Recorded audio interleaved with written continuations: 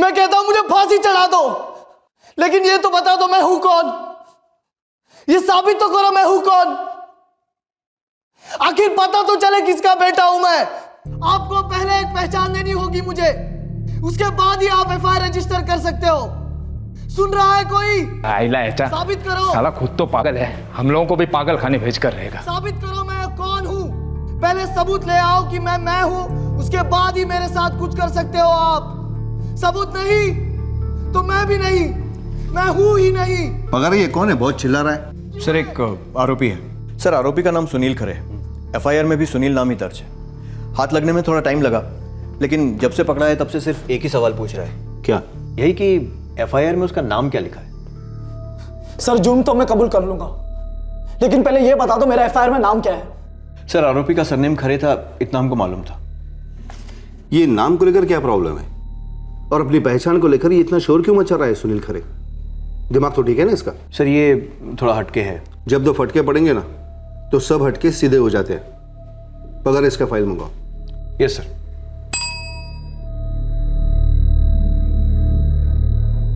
ये परशुराम बाद में ऐड हुआ है क्या? जी सर। इसका बाप का नाम है? Yes sir. पकड़, ये केस क्या है? कोई केस ही नहीं है। अगर आप ये साबित नहीं कर सकते कि मैं हूं तो मैं कौन हूं। आखिर यह जुर्म किया किसने है, पहले मेरी पहचान साबित करो। सुनील खरे एक संगीन जुर्म के लिए जेल में था।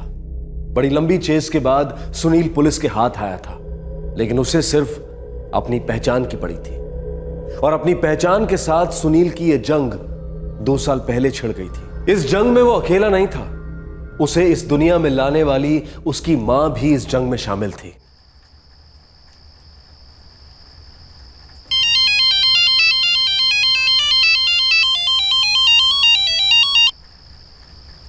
हाँ बोल गई। तेरे बाबा नहीं रहे। क्या? सब खत्म हो गया। उनके गांव से पता चला कि आज सुबह उनको अटैक आया। पापा मतलब उनकी बॉडी का है? उनके घर पे। भाई मैं आ रहा हूँ। मैं और मेघना तेरा इंतजार कर रहे हैं बेटा, तो बस जल्दी आ जा।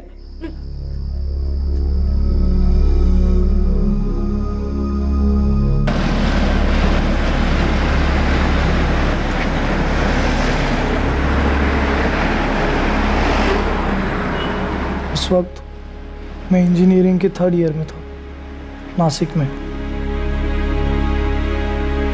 हमारा घर अंबाखेड़ में था, जहाँ मेरी आई और मेरी छोटी बहन मेघना रहते थे। जैसे ही मैं अंबाखेड़ पहुंचा, आई, मेघना और मैं मेरे बाबा के गांव आरस गांव के लिए रवाना हुए।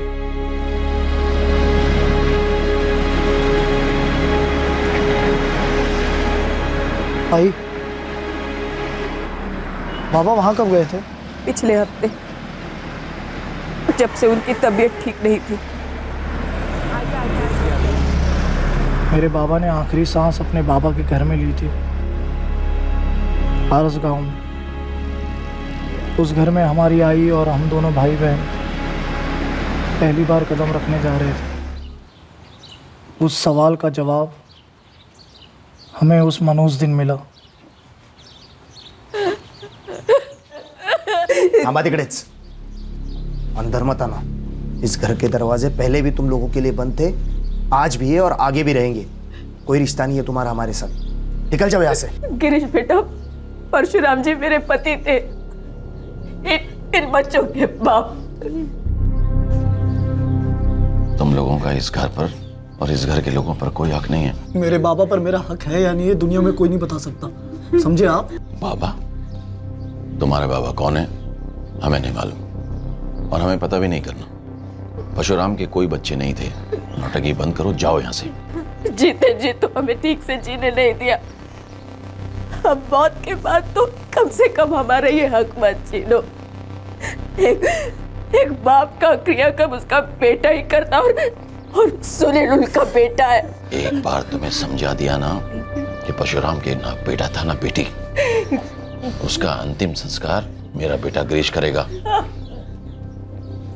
चलो निकलो यहाँ से, ये तो निकाल दी जाओगे। सदाशिव बाबू, ऐसा मत करो। और मेरी आई मेरे काका सदाशिव खरे और उनके बेटे गिरीश खरे के सामने उनके शव के लिए भीख मांग रही थी। और वो मेरी माँ को जलील कर रहे थे। औकात मेरे समझ गई। तो परशुराम की क्या लगती थी वो शरीफ लोग नहीं बोल सकते।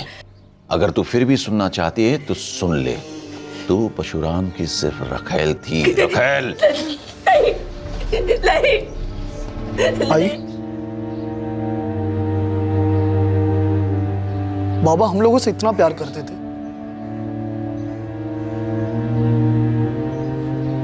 लेकिन उन्होंने कभी अपने घर वालों से नहीं मिलवाया, कभी कोई बातचीत तक नहीं। ऐसा क्यों था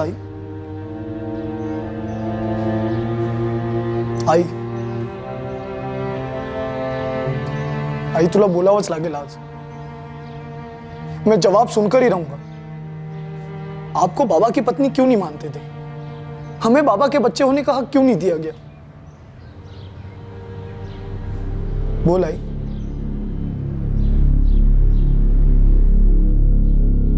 विद्या, उसकी बेटी मेघना और बेटा सुनील जिस हालात से गुजर रहे थे, दरअसल उसकी शुरुआत 20 साल पहले हुई थी, सन 1993 में। किसी ने सोचा भी नहीं था कि एक छोटी सी चिंगारी एक दिन ऐसे भड़केगी कि एक बेटे को अपने बाप को अग्नि देने से रोका जाएगा। उन दिनों तुम्हारे बाबा एक अमीर किसान हुआ करते थे। हमारे गांव में अनाज बेचने आते थे। उनके साथ उनका भाई सदाशिव भी आता था।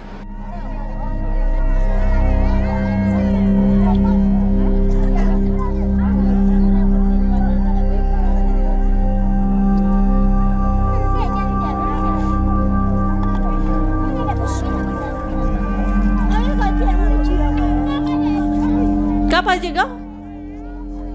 2 रुपए किलो। विद्या का ना तुझं नाव? लंबे अरसे बाद मुलाकात हुई तुझसे। तुम्हारे बाबा और मैं सालों से एक दूसरे को जानते थे। तब मैं सब्जियां बेचा करती थी। ये बात तब की है जब ना उनकी शादी हुई थी ना मेरी। मतलब बाबा के पहले भी आपकी शादी हुई थी? तेरे पति के देहांत के बारे में सुना, बहुत अफसोस हुआ। तो अभी कहाँ रहती है, किसके साथ? आनंद बाबू और दीपा भाभी के साथ। उषा जी की तबीयत कैसी है? दिन ब दिन बदतर ही होती जा रही है। अभी तो खाट पे ही रहती है वो। उषा कौन आई? उषा तुम्हारे बाबा की पहली पत्नी।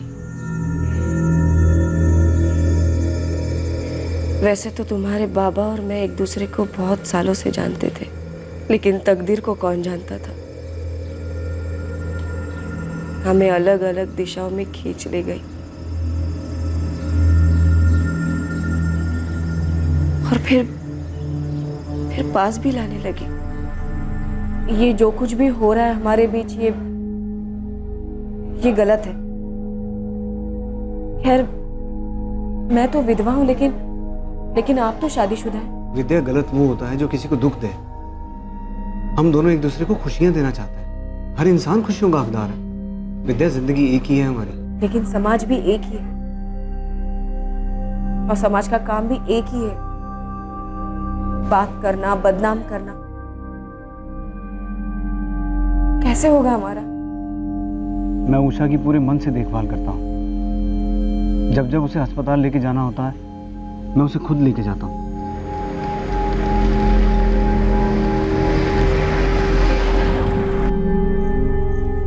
उसके इलाज में कोई कसर नहीं छोड़ता।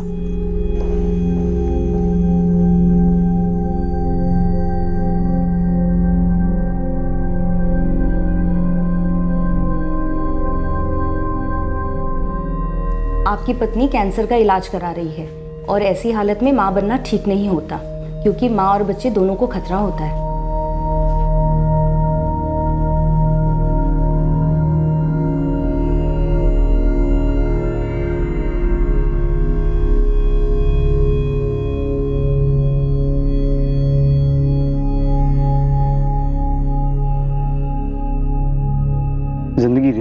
हाथ से फिसलती जा रही है। कभी जिंदगी रेगिस्तान रूखी सूखी, कभी जिंदगी बागान फूलों से भरी। तकदीर किसी की नहीं है, कब पलटी मार दे हम उसके लिखे को बदल तो नहीं सकते ना। हम चाहें तो रेगिस्तान को बागान बना सकते हैं, लेकिन ये तभी होगा जब हम खुशियों को अपना हक माने, उन्हें अपनी पहचान समझें। लेकिन कैसे?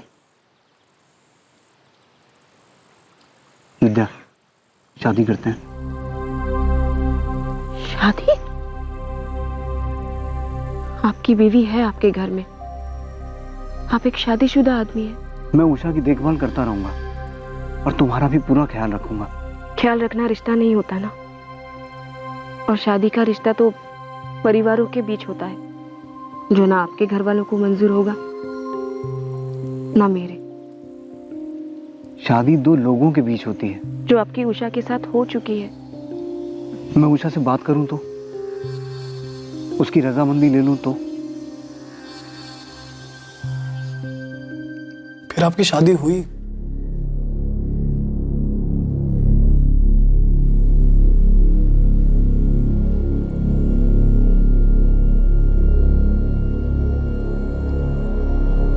एड़ा हो गया रे, तो इतना स्वार्थी कब से हो गया? दादा, अपनी सारी जिम्मेदारियां निभा रहा हूं मैं, लेकिन अपनी तरफ भी मेरी कुछ जिम्मेदारी बनती है। उषा सिर्फ तेरी जिम्मेदारी है और कुछ नहीं? अगर उषा की जगह तूने खटिया पकड़ी होती और वो ऐसा करती तो तुझे कैसा लगता? बोल। हमारे समाज में आदमी की एक ही शादी होती है, और ये विद्या कौन है? छोटी जाति की, ऊपर से विधवा। ना, ये नहीं चलेगा, समझ ले। उषा के रहते हुए तेरी दूसरी शादी नहीं होगी। बीवी एक ही होती है और उषा है तुम्हारी धर्मपत्नी। बाबा, अगर उषा राजी हो जाए और उसे मेरी दूसरी शादी से कोई एतराज ना हो तो? वो बेचारी तो पहले ही तुम्हारे एहसानों के बोझ तले दबी हुई है, मुंह से कुछ बोलेगी नहीं, लेकिन मन ही मन बहुत रोएगी। और जहाँ तक रजामंदी का सवाल है, सिर्फ उसकी रजा से नहीं होगा, मेरी भी तो मर्जी होनी चाहिए। तुम मेरे कुल का नाम एक ऐसी छोटी जात की विधवा को देने जा रहे हो जो तुम्हारी रखेल बनने के लायक भी नहीं है। इस गांव में मेरी एक इज्जत है, और मैं अपने जीते जी उस औरत को यहाँ आने नहीं दूंगा। बाबा, सदाशिव दादा, आप लोग बड़े हैं इसलिए मैंने आपको पहले बताना मुनासिब समझा, लेकिन मैं आप लोगों से इजाज़त नहीं ले रहा हूँ। ये मेरा और उषा का निजी मामला है। अगर उषा हाँ कहती है तो विद्या इस घर में मेरी दूसरी पत्नी बनकर आएगी।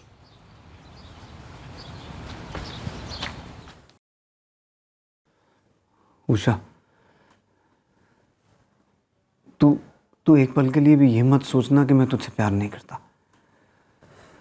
लेकिन उषा, प्यार शब्द के साथ साथ लेकिन ये शब्द जब जुड़ जाता है तो उस जोड़ी, उस रिश्ते की अंत की शुरुआत होती है। मेरे पति मेरी जगह किसी और को दे रहे थे और उसकी इजाजत भी मांग रहे थे। मानती हूँ मैंने उन्हें कोई खुशियां नहीं दी है, बस पूरी जवानी निकल गई उनकी मेरी सेवा करने में। शायद वो अपनी जगह सही है, पर शादी के तुरंत बाद बीमार मैं अपने मर्जी से तो नहीं हुई थी ना।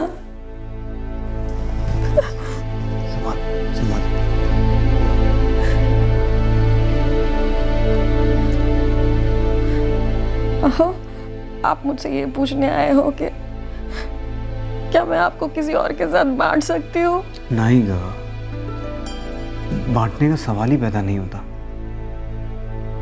मेरा तुम दोनों से प्यार है और बराबर का है। पर आप तो एक ही हो ना हो, आप भी तो मेरा सब कुछ हो। और कौन है मेरा आपके सिवा? कैंसर के दर्द को तो मैं वैसे ही सह रही हूँ, आपको बांटने का दर्द मैं नहीं सह पाऊंगी, नहीं सह पाऊंगी।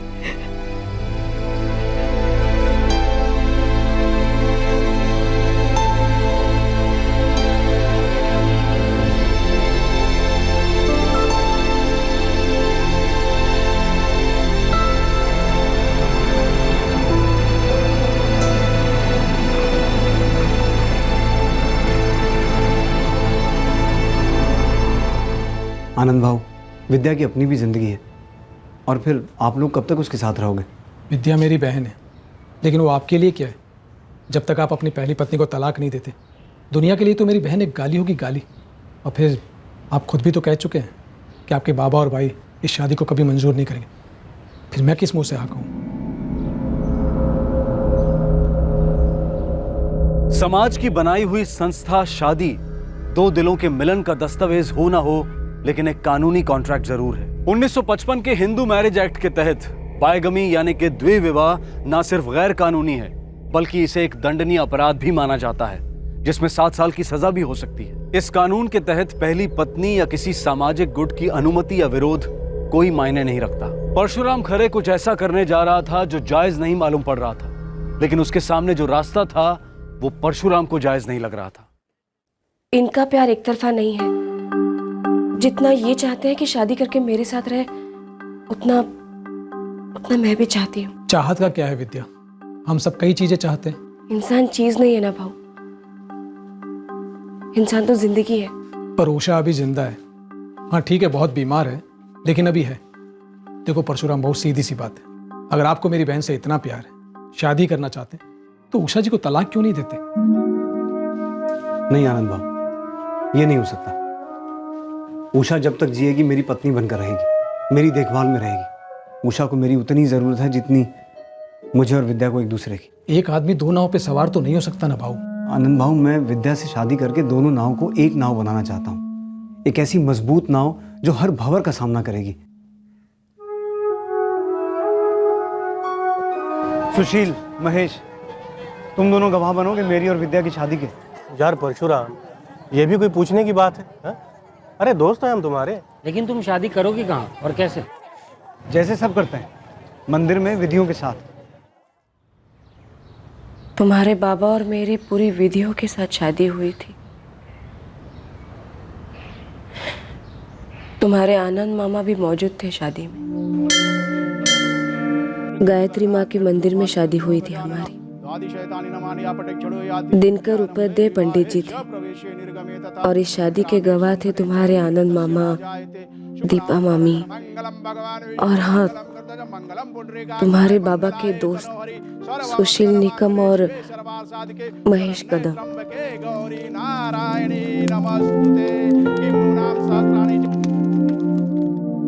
तो फिर उन्होंने आपको कबूल क्यों नहीं किया? हम लोगों को क्यों नहीं अपनाया? उन लोगों को ये शादी ही कबूल नहीं थी, तो मैं कैसे कबूल होती? ये औरत मेरे घर में दाखिल नहीं हो सकती। बाबा, हमें अंदर आने दीजिए। हमारी शादी हो चुकी है और अब विद्या मेरी पत्नी है। तुम्हारी एक ही पत्नी है, उषा, जो जिंदा है, जिसे आज तुमने जीते जी मार डाला है। ये मेरे और उषा के बीच का मामला है, और मुझे पूरा भरोसा है कि उषा मान जाएगी। लेकिन ये घर नहीं मानेगा। ये घर जितना आप लोगों का है उतना मेरा भी है, और अब मेरी पत्नी विद्या का भी। उषा का भी है, वो तुम्हारी पत्नी है। ये एक रखेल है, और रखेल की जगह घर के बाहर होती है, घर के अंदर नहीं। बाबा, मेरी पत्नी के बारे में ऐसे शब्दों का इस्तेमाल मत कीजिए। हमें अंदर आने दीजिए, ये मेरे साथ रहेगी, आप लोगों का रास्ता नहीं काटेगी। ठीक है, आए हो, आज की रात गुजार लो, लेकिन कल से यह औरत हमें यहां दिखनी नहीं चाहिए। उस घर में, उस परिवार में मुझे कभी अपनाया नहीं गया। उस दिन मैं पहली और आखिरी बार उषा से मिली थी। उसका चेहरा दर्द का नक्शा था। मैं उसे आंख नहीं मिला पा रही थी, और वो मुझे भला बुरा कुछ नहीं कह रही थी। घर के दूसरों की तरह उसने जहर नहीं उगला। शायद वो अपने पति को उसके बाबा और भाई से बेहतर समझती थी। सुनील, तुम्हारे बाबा सिर्फ बड़े दिल वाले नहीं, साफ नियत वाले इंसान थे।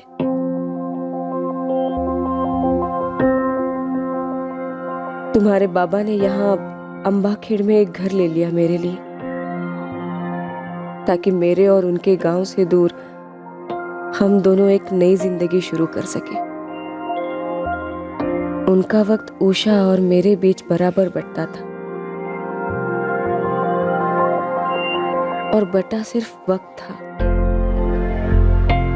प्यार कभी नहीं। तब मैंने उतनी खुशी उनके चेहरे पर कभी नहीं देखी। और फिर मेघना को हाथ में लेकर खुद बच्चे हो गए थे।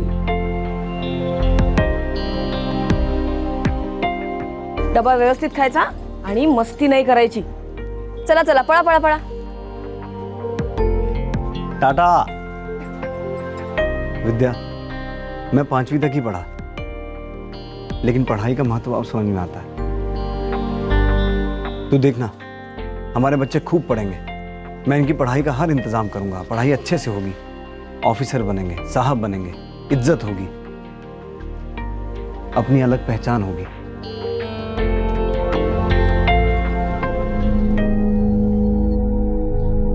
पापा जब भी घर नहीं होते आप हमें कहती कि वो काम से बाहर गए हैं। कभी पूरा पूरा हफ्ता, कभी महीने। तब वो वहां उषा के साथ होते। नहीं, उषा से तो उनके कोई बच्चे नहीं थे। तो दादाजी को कभी मन नहीं किया कि बस एक बार हमसे आके मिल लें? वो लोग तुम्हें गंदा खून समझते थे।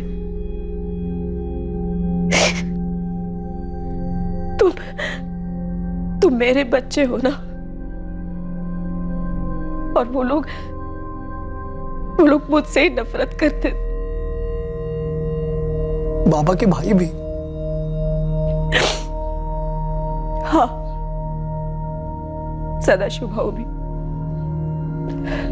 तुम्हारे बाबा यहाँ की बातें वहां नहीं करते थे और वहां की खबर यहाँ नहीं देते थे।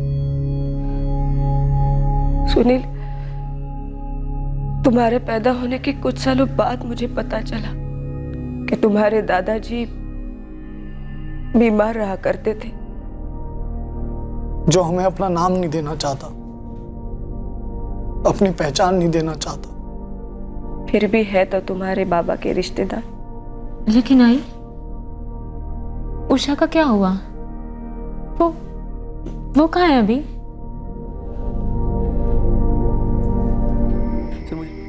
काय झालंय तुम्हाला?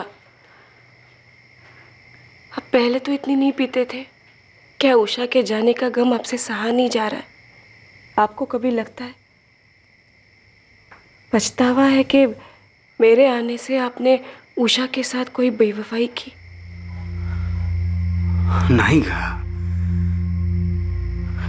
कभी नहीं। ऐसा सोच भी मत। उषा तू मेरे बच्चों जैसी थी रे। मैं जी जान से उसकी देखभाल करता था। मैं उसको ठीक होते हुए देखना चाहता था विद्या, और नहीं, और रोज थोड़ा थोड़ा मर रही थी। पर फिर भी मुझको लगता था कि कोई चमत्कार होगा और वो ठीक हो जाएगी। पर वो चली गई विद्या, चली गई। तुम्हारे बाबा ने तुम दोनों को ये कभी पता लगने नहीं दिया कि वो उषा के जाने के बाद अंदर से कितने दुखी थे। और इतने साल हमें ये भी नहीं पता चलने दिया कि हमारे अलावा भी बाबा की जिंदगी थी। नहीं रे बड़ा, तुम्हारे बाबा बस यही चाहते थे कि तुम दोनों खुश रहो, पढ़ाई पे ध्यान दो। उन्होंने कभी किसी बात की कमी नहीं की। हमें सब कुछ दिया। हाँ, बस पूरा वक्त नहीं दे पाते थे। लेकिन हाँ, परवरिश में कोई कमी नहीं होती। सुनील, तुम्हारे बाबा सबके साथ इंसाफ करते। सबके साथ इंसाफ करते तो फिर उनका बेटा मैं, उनकी बेटी मेघना और उनकी पत्नी तुम आई, हम तीनों के साथ इतनी नाइंसाफी क्यों की गई?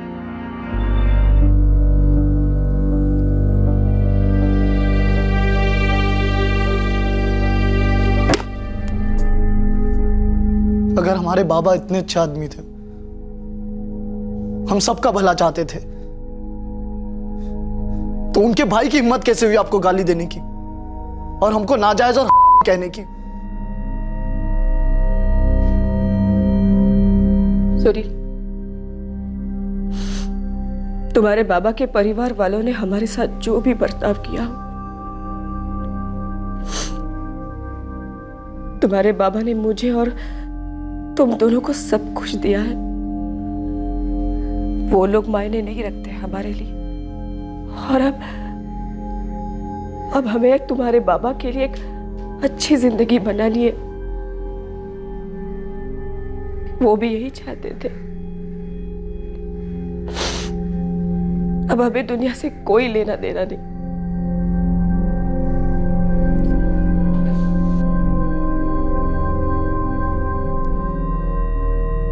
और फिर से चिल्लाने का प्रोग्राम कब से कर रहा है? मेरी ड्यूटी के बाद कर रहे बाबा? कैद में तू है, टॉर्चर हम लोग हो रहे हैं। टॉर्चर क्या होता है ना, ये सिर्फ मुझे पता है। मानो अंदर किसी ने तेजाब डाल दिया हो और उस तेजाब को शांत करने का एक ही तरीका है, आपको साबित करना होगा मैं कौन हूं, मेरी पहचान क्या है। आपको साबित करना होगा, आपको साबित करना होगा मैं कौन हूं, मैं किसका बेटा हूं। आपको साबित करना होगा, आपको साबित करना होगा मैं कौन हूं। सर, मैंने विद्या खरे से भी बात की है, सुनील की माँ। उन्हें उनकी पहचान नहीं दी गई। वो इसके लिए काफी लंबी लड़ाई लड़ रही हैं, ऑलमोस्ट 1 साल से। इसका मतलब उन्हें उनके पहचान से अलग किया गया है। सर मुझे लगता है सुनील ने ये जुर्म गुस्से में किया है और उसका मकसद ये साबित करना है कि वो कौन है, किसका बेटा है, किस खानदान से है। सर 4 दिन से वो यही चिल्लाता जा रहा है। पर हमें बाय बुक जाना पड़ेगा। एफआईआर और चार्जशीट में सही एंट्री होना बहुत जरूरी है, वरना ये केस कमजोर पड़ जाएगा। क्या सुनील ने ये जुर्म ये साबित करने के लिए किया है कि वो परशुराम खरे का बेटा है? आई, भैया ने ऐसा क्यों किया? खुद की जिंदगी तो बर्बाद की, हमारी भी बर्बाद कर दी।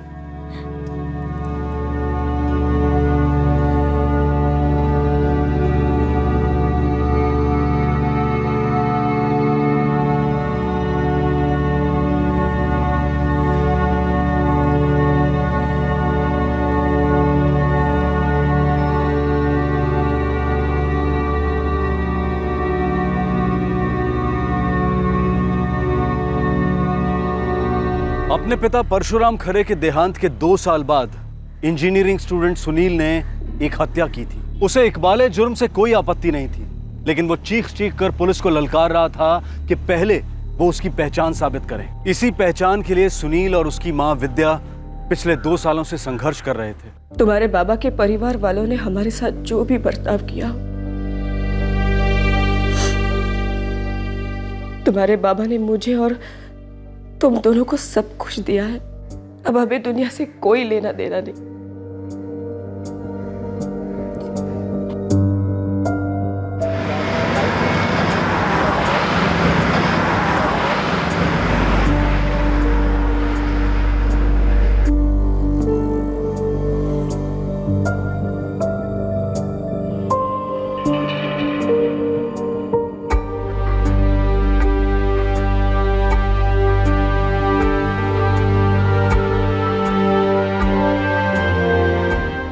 वो अगले हफ्ते लास्ट डेट है फीस भरने की।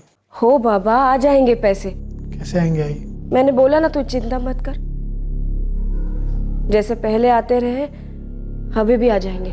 बस तेरी पढ़ाई पे कोई आंच नहीं आनी चाहिए। तुम्हारे बाबा और मैं बस इसी के लिए तो जिए। आई, वो मेरी फीस माहिती है मला, तेरी भी फीस भर दी जाएगी। जी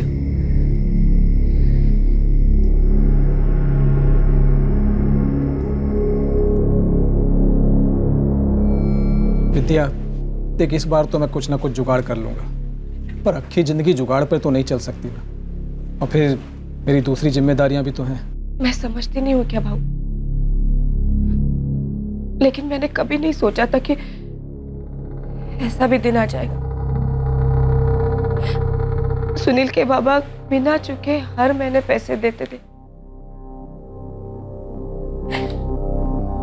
लेकिन ये ख्याल ही कभी नहीं आया कि एक दिन वो अचानक से चले जाएंगे और मेरे बच्चे भाऊ मैं उनके घर से, उनके भाई सदाशिव से भी कोई मदद नहीं मांग सकती। मैं समझता हूँ विद्या, पर अगले महीने से तुझे कोई और रास्ता निकालना होगा। मेरा हाथ काफी तंग है विद्या, और फिर झूठा दिलासा देने से हालात तो नहीं बदलेंगे ना।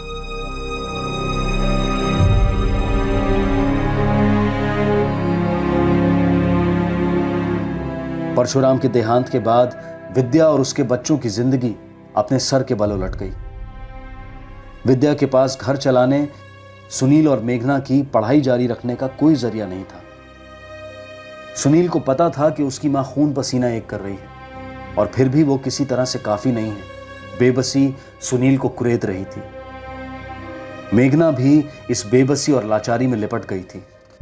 माना कि गरीबी इंसान की सबसे बड़ी दुश्मन है, लेकिन जब गरीबी के साथ साथ इंसान की गरिमा और उसकी पहचान भी छिन जाती है, तब जिंदगी हर तरीके से असहाय हो जाती है। कभी कभार तकदीर मेहरबान होकर राहत भी भेजती है, लेकिन विद्या को इस राहत तक पहुंचने में काफी भटकना पड़ा था, रेंगना पड़ा था।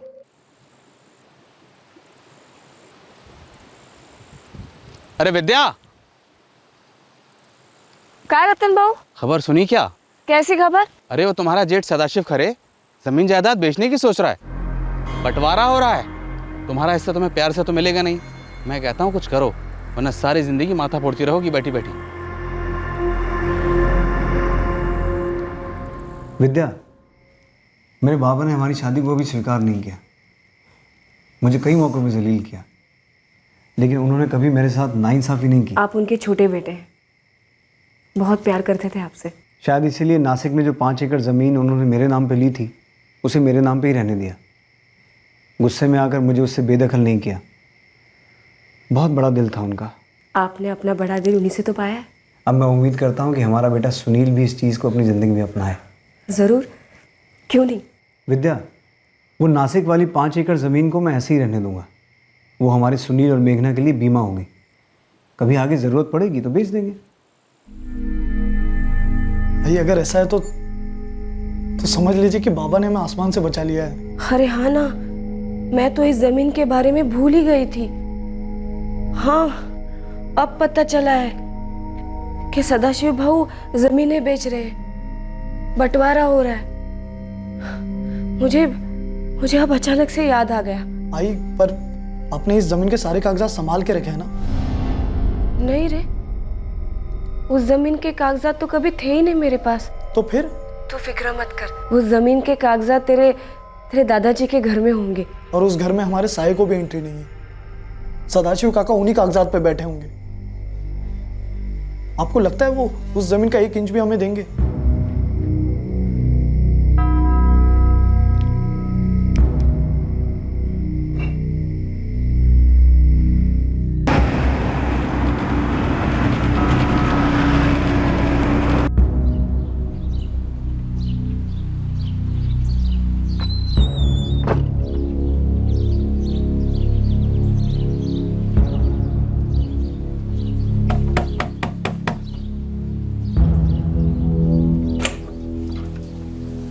जी जी नमस्कार भाऊ। नमस्कार। मुझे सदाशिव भाऊ से मिलना है। अपन कौन? विद्या परशुराम खरे। ठीक है, रुको यहीं।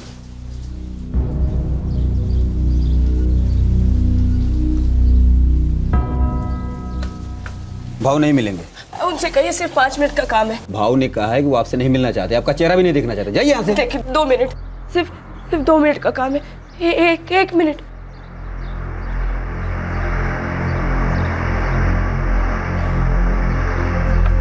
भाऊ आ जाएंगे थोड़ी देर में, इंतजार करो। हे, यहाँ नहीं, वो वहाँ उधर नीचे। जी।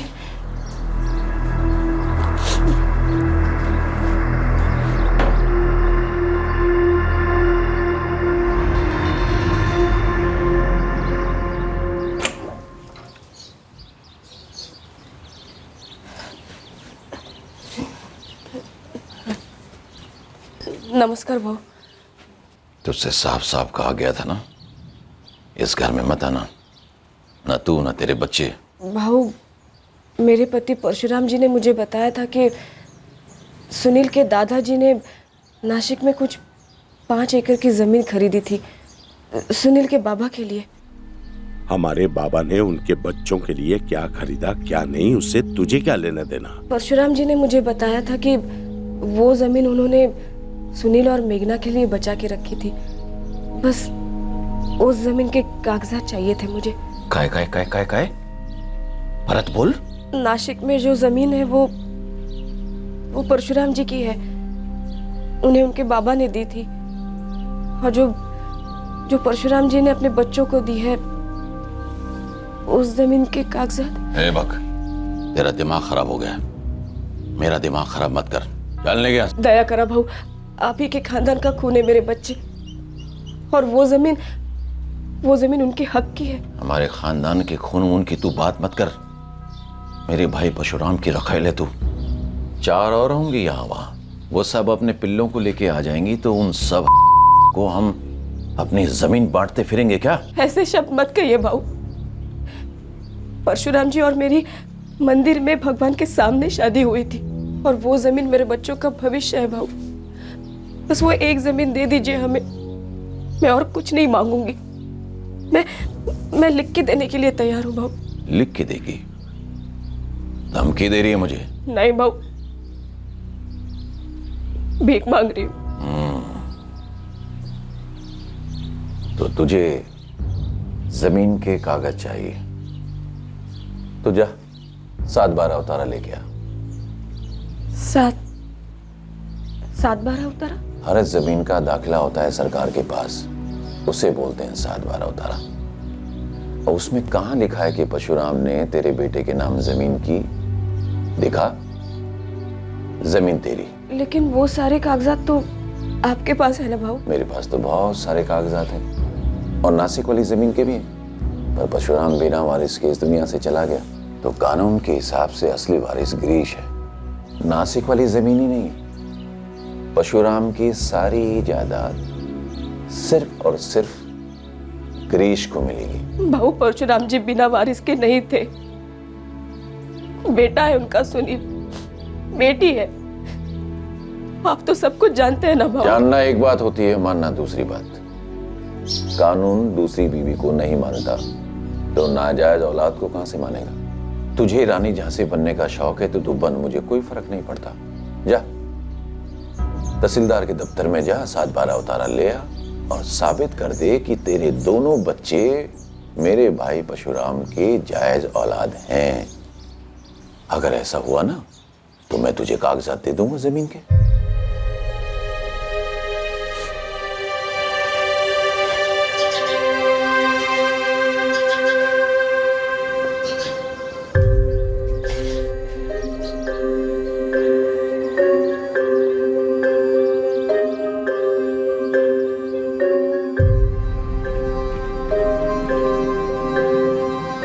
सुनील, कल मैं तहसीलदार साहब के दफ्तर जा रही हूँ। अगर बाबा ने ये ज़मीन हमारे नाम पे छोड़ी है, तो बाबा ने कहीं ना कहीं तो लिखकर छोड़ा होगा ना। छोड़ी होगी तो भी मुझे उसके बारे में कुछ पता नहीं बेटा।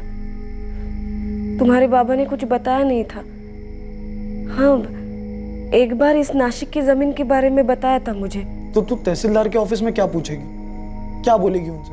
सब लोग एक जैसे नहीं होते सुनील। तुम्हारे बाबा की तरह इंसाफ करने वाले और लोग भी होंगे ना इस दुनिया में।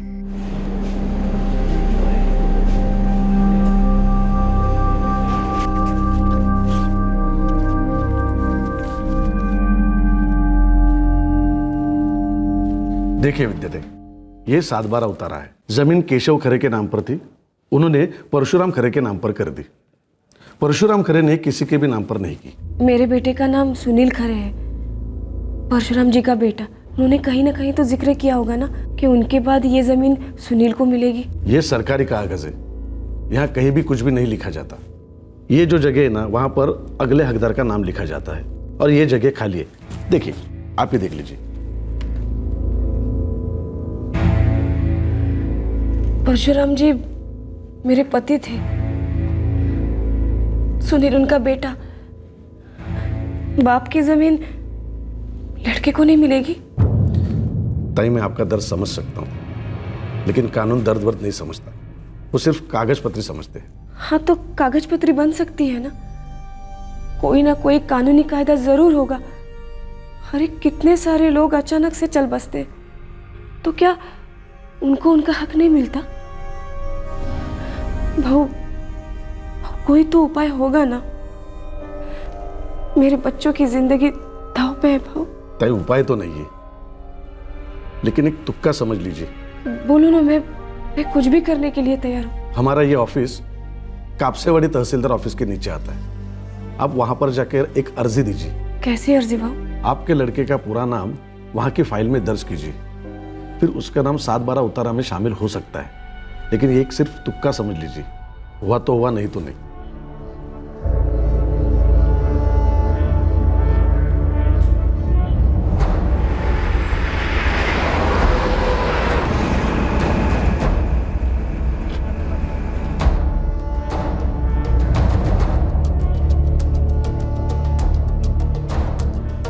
विद्या जी, आपके बेटे का नाम तो रजिस्टर हो सकता है, लेकिन उसके लिए हमें कुछ पुरावा लगेगा, सर्टिफिकेट लगेंगे। कैसा सर्टिफिकेट? एक तो आपके शादी का सर्टिफिकेट और दूसरा आपके बेटे का जन्म प्रमाण पत्र, और जो भी कोई कागजात आपके पास हो जिससे साबित हो सकता है कि आप ही परशुराम खरे की कानूनन पत्नी है और उसी कानूनी शादी से आपके बेटे का जन्म हुआ है। सुनील के 10वीं का सर्टिफिकेट है हमारे पास, उसमें साफ लिखा है पिता का नाम परशुराम केशव खरे। और आपके शादी का सर्टिफिकेट, उसके बिना ये कैसे साबित होगा कि आप ही परशुराम खरे की पत्नी है? शादी का सर्टिफिकेट तो हमने कभी बनवाया ही नहीं। वो क्या है ना कि हमारी शादी मंदिर में हुई थी, लेकिन हाँ 4 लोग गवाह हैं हमारी शादी के। पंडित जी ने पूरी विधियों के साथ हमारी शादी की थी। तो उस पंडित ने कुछ तो कुछ लिख के दिया होगा ना, जिसमें लिखा होगा कि उसी ने आपकी शादी करवाई है। ऐसा कुछ लिख के नहीं दिया उन्होंने। अब 20 साल हो गए हैं। कुछ फोटोग्राफ, किसी ने एक तो कुछ फोटो निकाली होगी। अभी आपने कहा कि कुछ 4 लोग आपके शादी में शरीक हुए थे।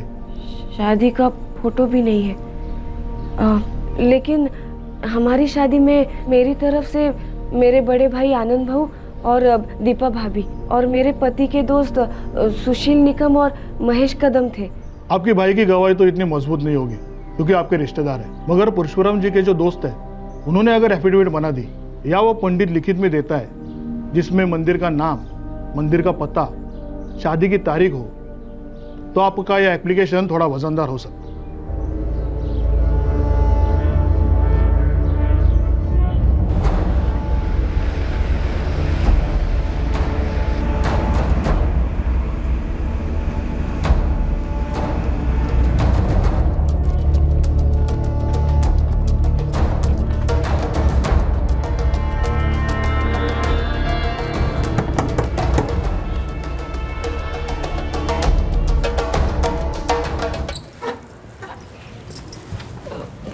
नमस्कार। नमस्कार। आपण कोण? मी विद्या खरे।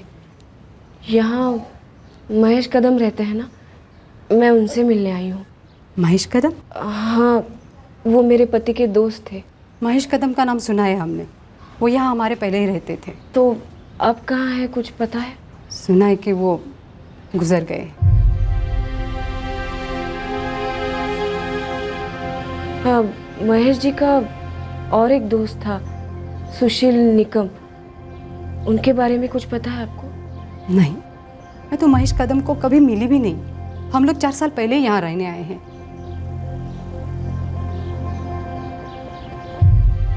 हाँ, मैं तीनों दोस्तों को अच्छी तरह जानता था, परशुराम खरे, महेश कदम और सुशील निकम। ये सुशील निकम कहाँ मिलेंगे? परशुराम और महेश की तरह सुशील भी चल बसा।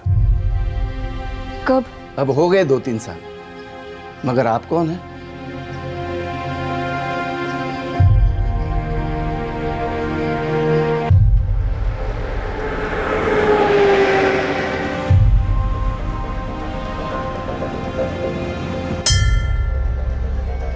दिनकर उपाध्याय नाम था उनका। वो तो मेरे काका थे, पर 7 साल पहले उनका देहांत हो गया।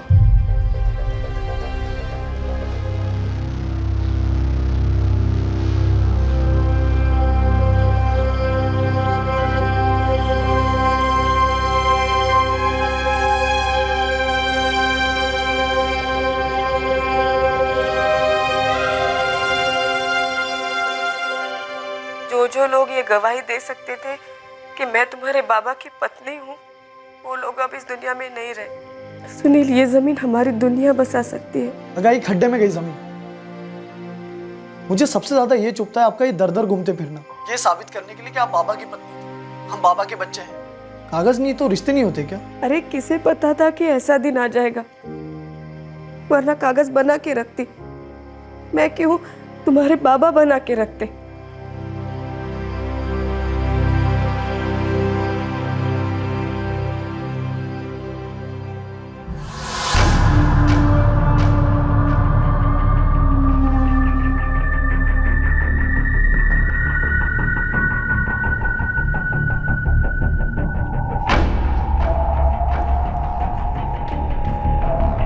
ए, इतना समझाया तेरी माँ को, अब तुझे भेज दिया।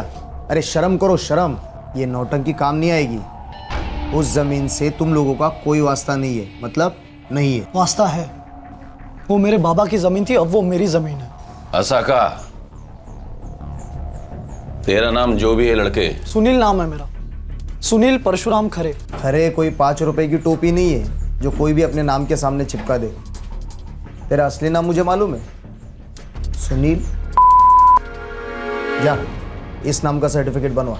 मैंने तेरी माँ को कितनी दफे समझाया था कि पहले वो ये साबित करे कि वो परशुराम की बीवी थी, और फिर ये साबित करे कि तू परशुराम का ही बेटा है।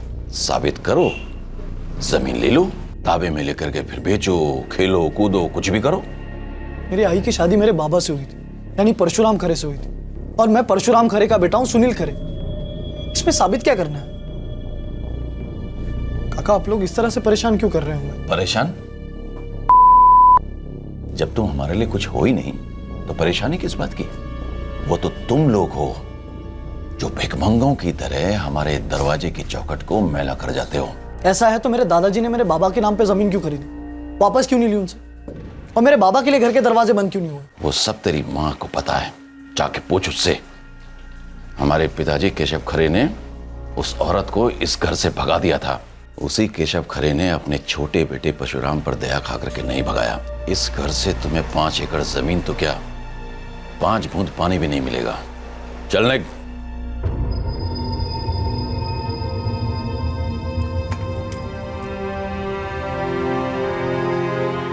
आई, मैं साबित करूंगा कि आप बाबा की पत्नी थी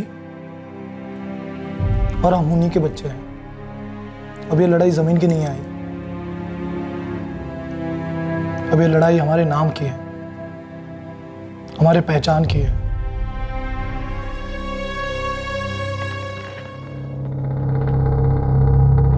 इससे तो कुछ भी साबित नहीं होता। क्यों नहीं सर? सर वो मेरे बाबा थे, मेरे आई के पति थे। अब हम और क्या करें ये रिश्ता साबित करने के लिए? सुनील, 7/12 उतारा में तुम्हारा नाम शामिल करने के लिए ये काफी नहीं है। लेकिन साहेब, जो लोग मेरे शादी में शामिल थे, पंडित जी भी, सब चल बसे। अब मैं सबूत कहाँ से लाऊं? और जो लोग इस दुनिया में नहीं है उनके दस्तावेज मांग रहा है ये कानून। लेकिन हम लोग तो जिंदा हैं, हमारी कोई अहमियत नहीं। इतना बेरहम कैसे हो सकता है कानून? विद्याताई, कानून रहम करने के लिए भी दस्तावेज देखता है। एक सुझाव है, हम जो कुछ कर सकते हैं हम करेंगे सर। तुम लोग एक वकील करो, किसी भी छोटे कोर्ट से या किसी फैमिली डिस्प्यूट कोर्ट में जाकर एक पिटीशन फाइल करो। कैसी पिटीशन सर? तुम लोग बोल रहे हो कि परशुराम खरे का बड़ा भाई सदाशिव खरे तुम्हारा रिश्ता परशुराम के साथ मानने से इनकार कर रहा है, बराबर? हाँ। तो अब तुम लोग ये पिटीशन फाइल करो कि परशुराम खरे के साथ तुम्हारा पत्नी और बेटे का संबंध है और उसके बावजूद तुम्हें प्रॉपर्टी से अलग किया जा रहा है। नोटिस दो, और अगर कोर्ट में ये केस एडमिट हो गया और विद्याताई की शादी को भी मंजूर कर लिया गया तो तुम्हारा नाम 7/12 उतारा में आना निश्चित है। और एक बार कोर्ट ने फैसला ले लिया तो तहसील ऑफिस को भी एक्शन लेना ही पड़ेगा।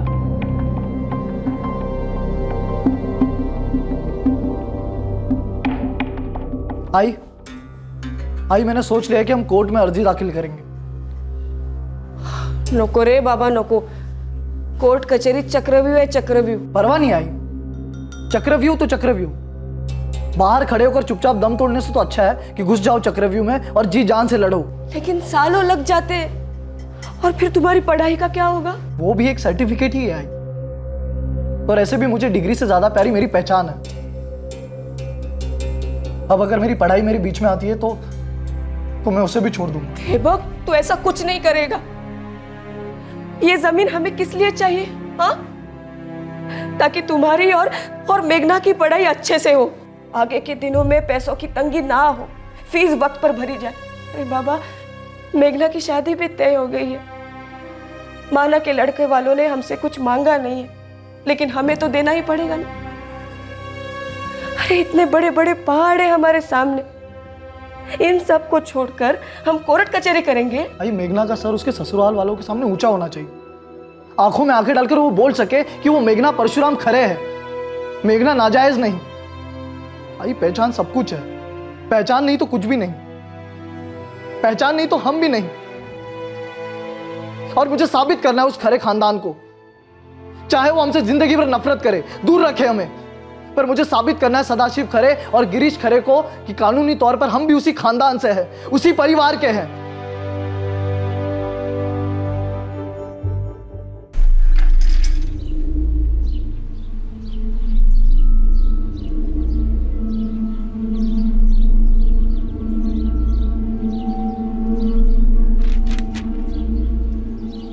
कोर्ट का नोटिस भेजा है कि जब तक जमीन की नाम का फैसला नहीं हो जाता, ना तो ये जमीन किसी को दे सकते हैं, ना किसी के नाम कर सकते हैं, ना ही किसी को बेच सकते हैं। वो लोग कभी कुछ साबित नहीं कर पाएंगे बाबा। पर एक बात तो साबित कर दी कि वो मूर्ख है। अब देखते हैं कितनी ताकत है उन्हें लड़ने की। मामला जमीन का नहीं रह गया है, यह हमारे खानदान की इज्जत का सवाल बन गया है। ये लड़ाई अब सिर्फ जमीन की लड़ाई नहीं थी। सुनील और उसकी मां विद्या के लिए यह जरूरी हो गया था कि वो ये साबित करें कि वो नाजायज नहीं है। सालों पहले जो कानूनी तौर पर नहीं किया गया था, उसका प्रयास अब किया जा रहा था। एक माँ बेटा अदालत के दर पर दलील कर रहे थे कि विद्या और परशुराम के रिश्ते को कानून का आशीर्वाद मिले, जिससे दोनों बच्चों को उनके पिता का नाम मिले और उनके वजूद को कानून की सहमति। सर, सुनील खरे और मेघना खरे जिन्होंने विद्या खरे के साथ ये ज्वाइंट पिटीशन की है, इन तीनों ने अपने आप से ये घोषित कर दिया है कि वे परशुराम खरे की फैमिली हैं। लेकिन इन्होंने एक भी डॉक्यूमेंट कोर्ट में पेश नहीं किया है जो ये साबित कर सके कि परशुराम खरे ने कभी विद्या खरे से शादी की थी और ये दोनों बच्चे उसी शादी से पैदा हुए थे। एक भी डॉक्यूमेंट नहीं है सर। डॉक्यूमेंट्स हैं सर। सुनील खरे और मेघना खरे इन दोनों के बर्थ सर्टिफिकेट और स्कूल लिविंग सर्टिफिकेट के मदर्स कॉलम में विद्या खरे का नाम है और फादर्स नेम कॉलम में परशुराम खरे का नाम।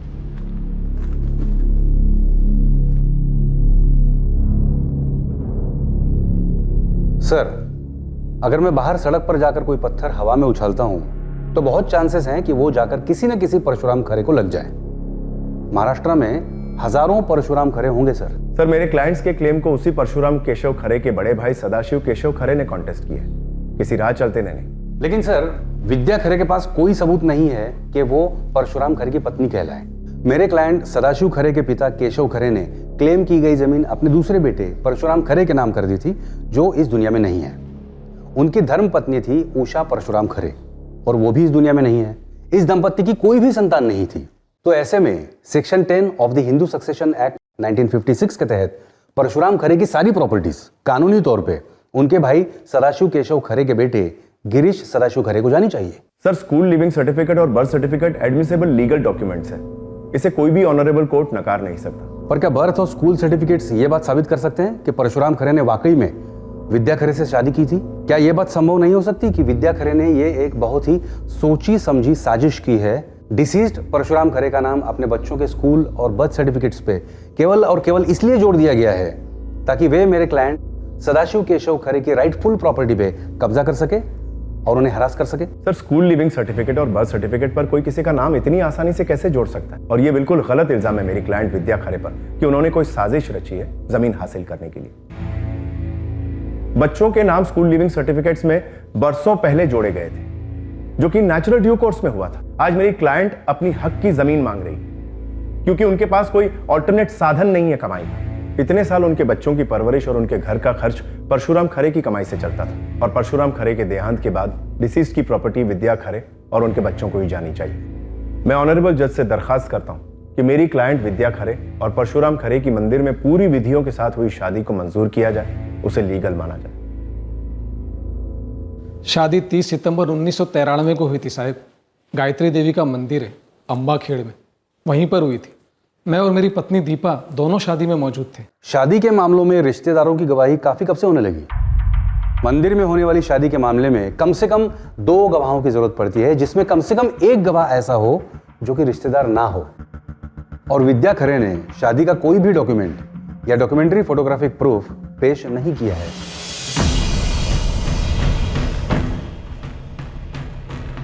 मैं इस बात से भी इनकार नहीं करता कि 20 साल पहले मेरे भाई परशुराम के साथ ये एक बार हमारे घर आई थी और उस वक्त मेरे भाई की पत्नी उषा थी। 5 साल पहले उनका निधन हो गया। ये औरत विद्या मेरे भाई परशुराम की पत्नी कभी नहीं थी। आप पढ़े लिखे समझदार लोग हैं, आप बताइए, एक आदमी की 2 बीवियां हो सकती हैं? ये केस देश के लाखों दूसरे केसेस की तरह चलता रहा और चलता रहा। उस दौरान मेघना की शादी हुई, सुनील की इंजीनियरिंग छूट गई और केस चलता रहा। घर खर्च में अपनी मां का हाथ बटाने के लिए सुनील ने मैकेनिक की नौकरी शुरू कर दी। विद्या के सामने अब कोई भविष्य नहीं था। वो केवल वर्तमान की 2 रोटी और सर पर छत के लिए पिसती जा रही थी। परशुराम और उसने जो 2 बच्चों के लिए सोचा था वो अब केवल एक याद बनकर रह गया। सुनील और उसकी मां विद्या कोर्ट में यह साबित नहीं कर पाए कि परशुराम और विद्या की कभी जायज शादी हुई थी।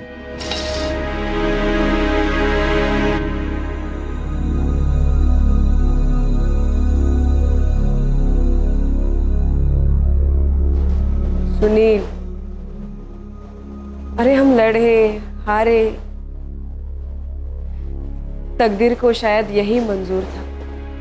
अब वो जमीन भी किस काम की। तुम वापस पढ़ने वाले तो हो नहीं, मेघना भी अपने घर में है। बस 2 वक्त की रोटी और एक छत का सवाल है।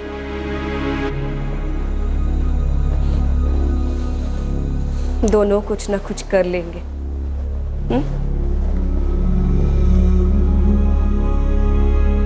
वो प्रॉपर्टी, हम तो उसके बारे में जानते तक नहीं थे, आई को भी याद नहीं था। वो प्रॉपर्टी हमारे हिस्से में आती या नहीं आती पता नहीं, उससे क्या फर्क पड़ता। लेकिन फर्क पड़ा उस जिल्लत से, उन तानों से, उन गालियों से। सुनील के अंदर का घाव अब नासूर बन गया था, तेजाब उगलने लगा था। सुनील इन सालों में एक ऐसा शख्स बन गया था जिसे इंजीनियरिंग का होनहार स्टूडेंट सुनील शायद कभी पहचान भी नहीं पाता। उसके अंदर मायूसी, फ्रस्ट्रेशन और गुस्सा तीनों उबलने लगे थे और फिर छिड़का इस नासूर पर नमक। विद्या खरे और सुनील खरे पर एक अटैक हुआ।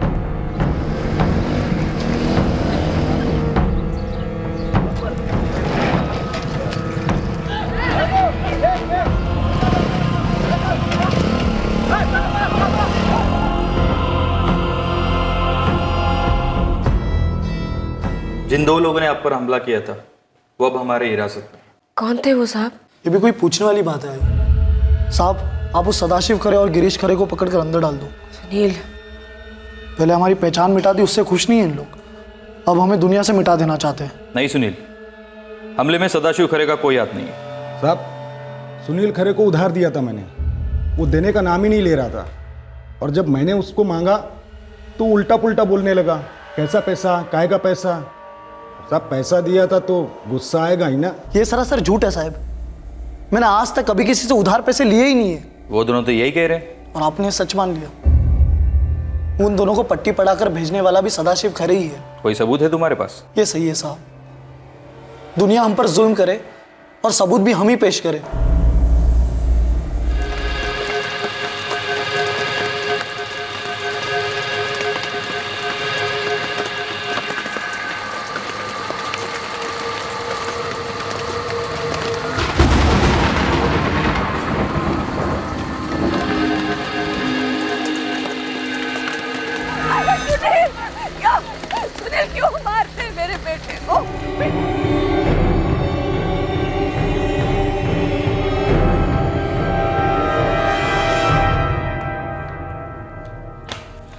सर, जब केस दर्ज हुआ था तो शिकायत करने वाले ने सुनील का पूरा नाम नहीं लिखाया था। कहा कि उसे पूरा नाम नहीं मालूम और ये भी नहीं मालूम कि सुनील दरअसल है कौन। सुनील नाम है साहब, अंबाखेड़ गांव में रहता है वो।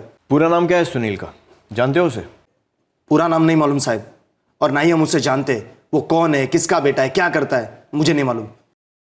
सर, गिरीश खरे ने सिर्फ सुनील नाम बताया था, पर हमें पूरा नाम पता लगाने में ज़्यादा परेशानी नहीं हुई। जब सुनील फरार था तब उसकी कहानी पता चली कि क्या क्या हुआ था। फिर जब हमने उसे गिरफ्तार किया तो वो कहने लगा कि उसने अपने बचाव में मर्डर किया है। अगर वो नहीं मारता तो खुद मारा जाता। खबर बिल्कुल पक्की है विद्या, दोनों ही हमले उन्हीं लोगों ने कराए हैं, आरस गांव वालों ने, यानी तेरे जेठ सदाशिव खरे और उसके बेटे गिरीश ने। ये बात तो पूरी दुनिया को पता है। वो ऐसा क्यों करना चाहेंगे? अरे उनको तो पता है कि अब हम कुछ नहीं कर सकते। उन लोगों को डर है कि एक ना एक दिन सुनील ये साबित कर देगा कि सुनील परशुराम जी का ही बेटा है, और फिर वो जमीन उन लोगों को सुनील के नाम करनी पड़ी। सुनील को कुछ साबित करने की जरूरत नहीं है। ये परशुराम जी और मेरा बेटा है, बीवी हूं मैं उनकी, और ये सच कभी बदलेगा नहीं। वो क्या है ना कि हम उस घर से बहुत दूर रह रहे, इसलिए वो कायरों की तरह यहाँ आते और हमें मार के चले जाते। अगर हम उस गांव में रहते, आरस गांव में रहते, तो क्या उनकी इतनी हिम्मत होती हमें मारने की? सुनील, रतन भाऊ, मैंने सोच लिया है, अब हम आरस गांव में जाके रहेंगे, उस घर के सामने। तब देखते हैं कितनी हिम्मत करते हैं ये लोग। विद्या और उसके बेटे सुनील ने अपनी पहचान की जंग को अब आरस गांव में लड़ने का फैसला किया। ये वही गांव था जहां 20 साल पहले विद्या जलील हुई थी और परशुराम ने उसे दूसरे गांव में बसाया था ताकि दो गृहस्थियों के बीच कश्मकश ना हो। अब सवाल सिर्फ पहचान और जमीन का नहीं था, अब सवाल था जिंदगी और मौत का।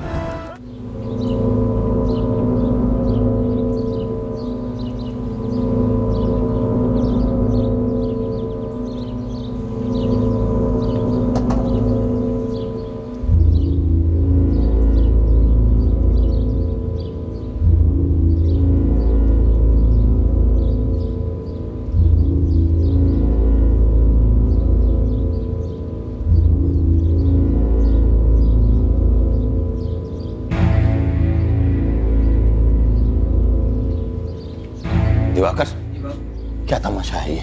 भाऊ सठिया गए हैं ये लोग, घर के सामने ही घर किराए पे ले रखा है। ये चाय कर लो, जितनी नौटंकी करनी है कर लो, रहोगे तुम वही के वही जो तुम हो, नाजायज।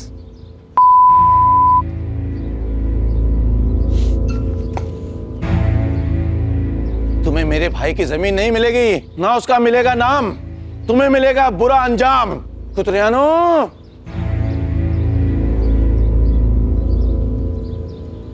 अरे आप किसको अपना बाप बनाने चला रहे?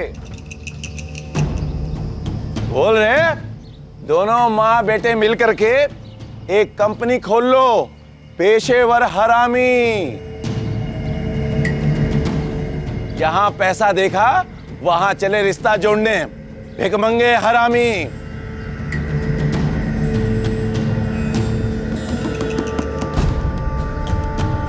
क्या आंखें फाड़ फाड़ के देख रहा है रे कुतरानो? कर लो जो कुछ करना है। अंदर कहाँ है रे? बाहर निकल। अरे कोई रोको इस अरे मेरे बाबा को मार डाला, मेरे बाबा को मार डाला। बाबा, मैं नहीं खाता उसे यहाँ आके रहने के लिए। मेरी भी उतनी ही गलती है, मैं भी उतनी ही गुनहगार हूँ।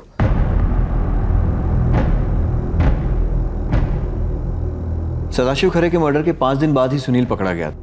उसने अपना जुर्म भी कबूल कर लिया था, लेकिन एफआईआर में उसका नाम क्या लिखा जाएगा, इस बात को लेकर वो ज्यादा परेशान था। बोल। अरे भाड़ में क्या जुर्म साहब, मैं एक नहीं 1000 बार लिख कर देने के लिए तैयार हूं कि सदाशिव खरे को मैंने मार डाला, लेकिन आप ये बताइए एफआईआर में मेरा नाम क्या दर्ज है? क्या एक ही रट लगा रखी है बार बार? क्या है क्या तेरे नाम में? नाम ही सब कुछ है साहब। आप बहुत तकदीर वाले हो, आपको ये नाम बिना लड़े बिना सहे मिला है। बहुत लोगों का ऐसा नसीब नहीं होता। नाम आदमी की पहचान होती है, पहचान। और पहचान नहीं तो आदमी नहीं। जब सुनील फरार था तो हमने उसकी माँ से पूरा नाम पूछा था। उसने सुनील खरे नाम बताया था, पर यह लड़का मानने को तैयार नहीं है। वो चाहता है कि एफआईआर में पूरा नाम हो सुनील परशुराम खरे। मेरा नाम आना चाहिए बस, सुनील परशुराम खरे, सन ऑफ परशुराम केशव खरे, ऐसा आना चाहिए और हर जगह आना चाहिए। तूने सदाशिव खरे को इसलिए मार डाला क्योंकि वो तुझे 5 एकड़ जमीन नहीं दे रहा था। वो आदमी हमें हमारी पहचान नहीं दे रहा था। मेरी बहन का, मेरी माँ का, मेरे नाम को अपने पैरों तले रोनता था। वो गंदी गंदी गालियां देता था हमें। कोई गाली देगा तो मार डालेगा उसे। कोई जान पर आ जाए तो सामने वाला क्या करता है सर? उस आदमी ने मुझे मेरे बाबा को अग्नि नहीं देने दी। मेरे और मेरे आई पर एक नहीं दो जानलेवा हमले किए। कठपुतलियां गिरफ्तार हुई, लेकिन उनको नचाने वाला सदाशिव खरे आजाद घूमता रहा। जब तक वो जिंदा रहता ना, मैं बेनामी का गुलाम रहता, इसलिए मार दिया उसे और खत्म कर दी मेरी बेनामी। अब आप लोगों पर है, मुझे मेरा नाम दो तो मैं अपने आप को तुम्हें दे दूंगा। जो मर्जी सजा दो, लेकिन बिना नाम के आप मुझे छू तक नहीं सकते। पहले साबित करो, साबित करो कि मैं हूं, साबित करो कि मेरे बाबा थे, साबित करो कि मैं परशुराम खरे का लड़का हूं, सुनील खरे, और मेरे अंदर जो खून है वो परशुराम खरे का है। मुझे मेरी पहचान चाहिए बस। सर, हमने सुनील का बर्थ सर्टिफिकेट और स्कूल लिविंग सर्टिफिकेट भी चेक किया। दोनों में ही फादर्स नेम परशुराम खरे लिखा है, इसलिए एफआईआर में भी हमने परशुराम खरे लिख दिया है। और चार्जशीट में भी ठीक से लिखवा दो, कोई गुंजाइश नहीं होनी चाहिए जिससे आरोपी जुर्म से बच निकले। सर।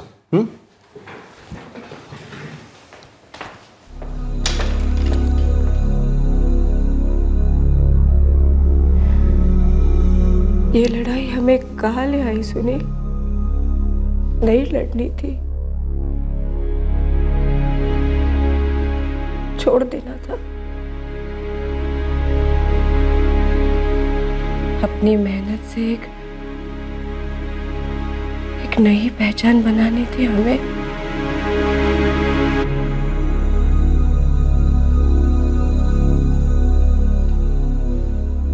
अब हम कौन है सुनील?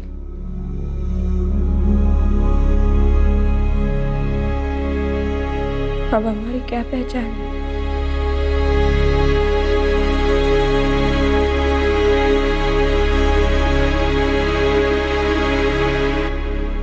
सुनील परशुराम खरे को आईपीसी की धारा 302 के तहत कत्ल के इल्जाम में गिरफ्तार किया गया है। फिलहाल वो जुडिशियल कस्टडी में है। सुनील इरादे और फितरत से क्रिमिनल नहीं था। एक होनहार इंजीनियरिंग स्टूडेंट था जो अपनी पहचान की कोशिश में आवेश में आकर एक संगीन जुर्म कर बैठा जो उसे कतई नहीं करना चाहिए था। सुनील को इस जुर्म के लिए जरूर सजा होगी, लेकिन सुनील और उसकी मां विद्या की दुर्दशा एक बहुत ही अहम विषय पर रोशनी डालती है, और वो है दूसरी औरत और उसके बच्चों का हक जब पुरुष अपनी पहली पत्नी से कानूनी तौर पर अलग ना हुआ हो। हमारे देश के कानून के हिसाब से ऐसे रिश्तों को स्वाभाविक तौर पर विरासत का कोई हिस्सा नहीं मिलता। अगर ऐसे रिश्तों को कानून के दायरे में लाने का प्रयास हो तो फिर उस पुरुष पर द्विविवाह यानी कि बायगमी का केस बनता है, और फिर हालात के अनुसार एक या दोनों औरतों को पुरुष से संघर्ष करना पड़ता है मेंटेनेंस के लिए, अपने और अपने बच्चों की देखभाल के लिए। विद्या और परशुराम का रिश्ता जिस दिन से बना उसी दिन से वो दुविधा और उलझनों से घिर गया था। उषा और विद्या दोनों का प्यार और भावनाएं परशुराम को बराबर से खींच रही थी, और परशुराम भी दोनों के साथ बराबर इंसाफ कर रहा था और जिम्मेदारियां निभा रहा था। लेकिन दो पत्नियों के साथ एक पुरुष भले इंसाफ करे, लेकिन कानून विरासत के मामलों में सिर्फ एक ही शादी को जायज मानता है, और उस शादी को साबित करने के लिए कानूनी सबूत पेश करना अनिवार्य हो जाता है।